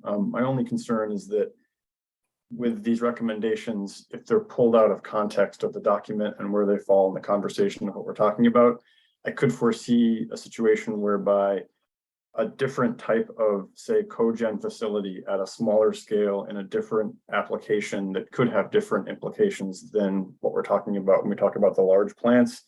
I could see somebody who just takes this out of the context and not understanding the whole conversation to say, oh, well, if this means that no electric generation facilities should be utilized. Does that comment make sense? Well, Charlie, I guess a question maybe for the group is there the possibility of small scale electric generation through biomass? I guess is yeah, I don't think we've looked as much as we might have had the opportunity to at some of these other, and I'm thinking more about some of the cogeneration facilities. There's some that are in institutional settings right now that are used. There's some that are on like very small commercial settings. I mean, there's a sawmill right now that's using a cogen. I don't want to say plant, but it's a cogen apparatus where they're using mill residues to create electricity as well as heat for the plant. So I just want to make sure that we're specific in these so that if, one piece of the document gets pulled out and presented somewhere else, it's clear what it is we're talking about in this context. Let me go to Liz, and then I'm going to do a quick time check, Liz.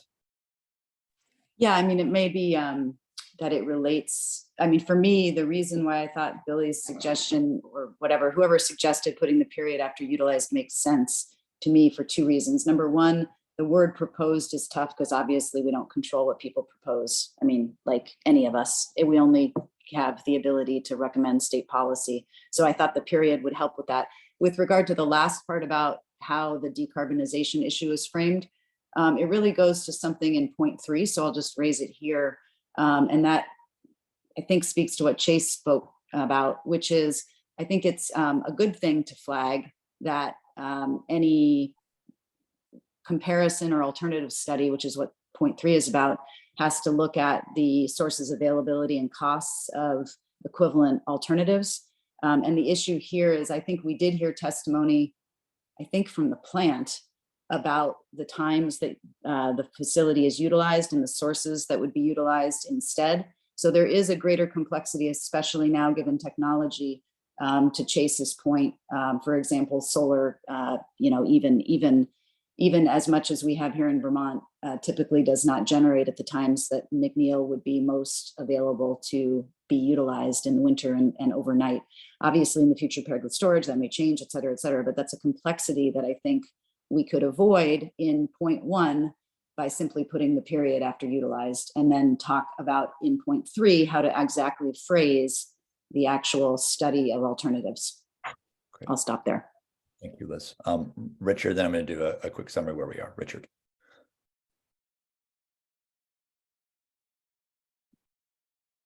Richard, did you have I have nothing to say. okay, good. Adam, did you have a follow-on?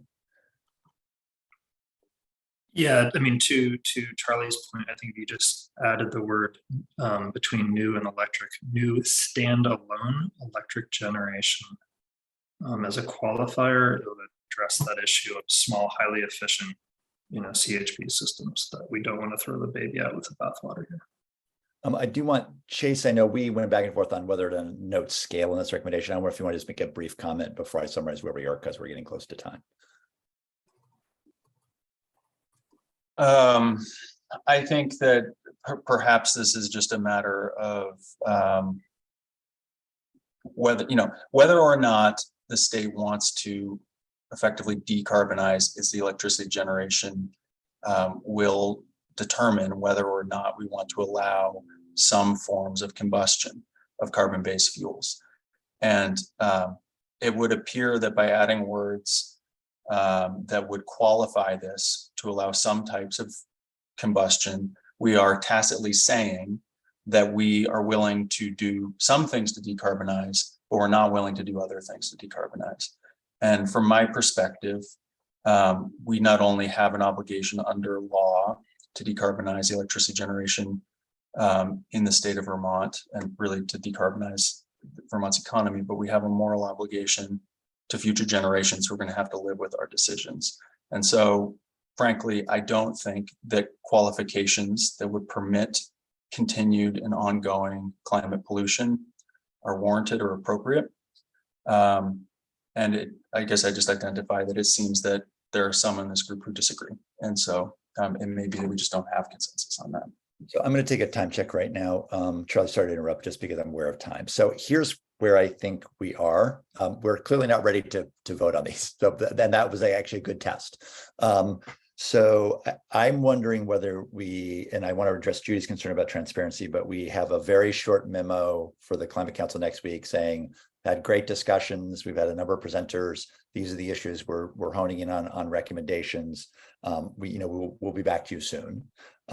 Two, that clearly a shorter document with these recommendations worked with all of you together at this point going forward, I think, not in separate groups to avoid confusion and version control on my part. I think is something in the next few meetings I think can get to through the discussions we just had. And then there's an outstanding question of a longer findings document and how much we can get done. It would need to be vetted, need to have citations, all of those things that we talked about. So there's at least those three steps. So to next week's, at least, I want to test who would update the Climate Council on our work. Who are our Climate Council members on this group right now? Liz, it's you. Is it anybody else or is it just you, Liz? Billy, are you still on the council? It's just Liz.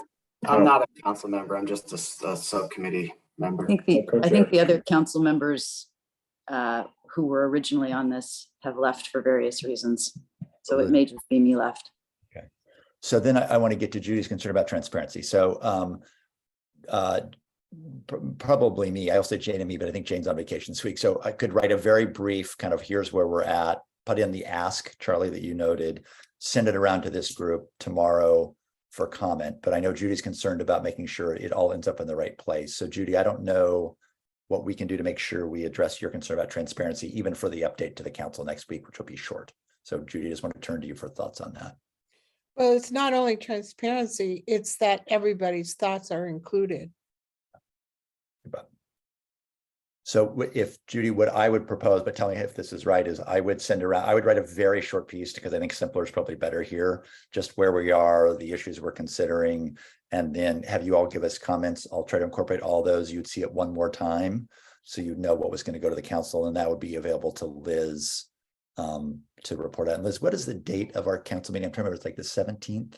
Monday. Yeah, it's Monday. So I need to get this turned around to you guys tonight. Probably give me comment by tomorrow night, Thursday night, so I could turn around one more time and you see it before Liz has to use it on Monday. And I don't know if that works or if there's a better way to do it. Can we just send them a blank letter that says we're not ready? Okay. Yeah, I mean, from my point of view, I'm with Judy on this one, that until we're ready, we're not ready. And I am concerned that anyone could feel, like any of us could feel that what we present is not either complete or fully representative of everybody's view or their own view. So yeah, I think that might be really smart. Thank you for that suggestion. What if you say, we're working hard, we've covered a lot of topics, we're not ready yet, we'll be back to you soon. And I wonder if you want to include Charlie's ask is, when we do bring you recommendations, Yes. what do you intend to do with them? Yeah, no, I'm happy to. I do know, and it's, the meetings run together, right? But we have had a little bit of conversation about that either at the council or at the steering committee. And I do think that raising it specifically to determine whether any recommendation set were to be appended to last year's climate action plan, you know, essentially added to the plan or not, I think that's a good question to ask the council. And my understanding, Patrick, is that they're planning to get this update, and whether it's the very short update we just talked about or even the longer one that we had perhaps aspired to, you know, an hour and a half ago, either way, they weren't going to vote on anything at this meeting. This was supposed to be an update meeting, right? So that they'll have time to consider that request that Charlie framed, so that even if we don't get an answer next week, we should tee it up for an answer at the following. Okay. All right, so I think everyone agree we'll have a verbal update as Liz just described. To Judy's good suggestion, we kind of keep it simple. Anybody have concerns about that? Sounds great. All right. Just don't say it's complex. Oh my God. You know, explain that we've learned a lot and consequently we have a lot of opinions. Now we got to put them all together. Nicely said. Pat, I can add just one thing on timeline quickly. The council looked at or listened to the transportation recommendations at their meeting in September, and those will come up again at the November meeting. So for biomass, they'll hear an update from Liz next week, and those will likely come back at the December meeting. So just a time for you all. That's helpful. Real quickly, Marion, I don't think we have any of these meetings scheduled going out. I'm looking at my calendar, at least I don't have any in my calendar. So I need, you know, we can try to get them in people's schedules starting as early as next week on Wednesdays.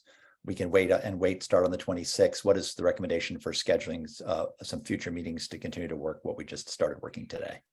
What's people's preference? We have a couple on the calendar for November, I see. Let's see. I have one for November 2nd and November 16th, but nothing the rest of October. You're right, Billy. I'm not available next Wednesday, but I could do the following. We could try to get it scheduled for the 26th and take a break next week. Any other? I'm going to proceed with that unless people say otherwise.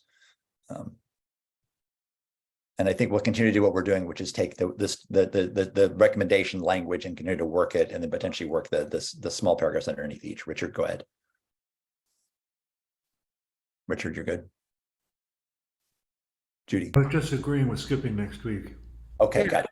I am too. I think we have a lot of discussion to come to consensus, and every possible day we have will be helpful. And I would say go for next Wednesday. Okay, Richard, you're saying skip. Bill, you're saying skip. Judy, you're saying let's try to keep going. Okay. Anybody You can else? certainly proceed without me. I'm not going to be available next Wednesday. Richard, are you available next week? Yeah, but Wednesday morning is when the Middlebury Energy Committee meets, and I don't want to skip that if I can help it. Gotcha. I'm not available next Wednesday, but I can do the following. Judy, what if we did this? What if we scheduled so we would skip next week, but we would have it on the 26th, and we have one already for the 2nd. So that would give us 2 weeks in a row starting the 26th to keep the work going as you suggested. Yeah, I guess to keep going, but it just seems like, okay, we got to pass. We decided to write, we're not ready, so let's take a day off. You may be right. I'm happy to try to find another day next week. I just can't do Wednesday morning. So I would just to kind of close this out, my comment on that first recommendation, Richard's language resolved it. So if that helps move us forward at all, thank you, Richard, for offering that. So I think we're gonna, to Judy's point, I think we're gonna give ourselves a pass for next week, given what I've heard from the group. But then we'll schedule another one, so we have 2 in a row. We will update the document with comments to the side to include the document Judy sent me, so we'll get that posted later tonight. And then I think we have some good work to do on specifically the recommendations and the short paragraphs. And then we're going to have to decide to do with the much longer document what to do with it. I also note the request for Dr. Sturm's presentation is out there as well.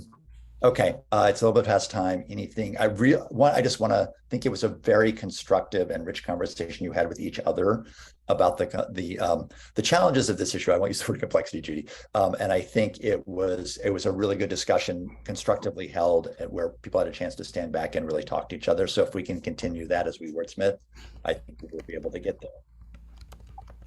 All right. Anything else from members, task group members right now? Marion, thank you for helping out today. Really appreciate it. Thank you all. And we'll get Marion, if we can get an invite out for everybody, maybe soon, just so it's in people's calendars for that week of the 26th. Great. All right. Thank you, everybody. Thank you, those folks who've joined us as well, for members of the public. Thanks, Pat.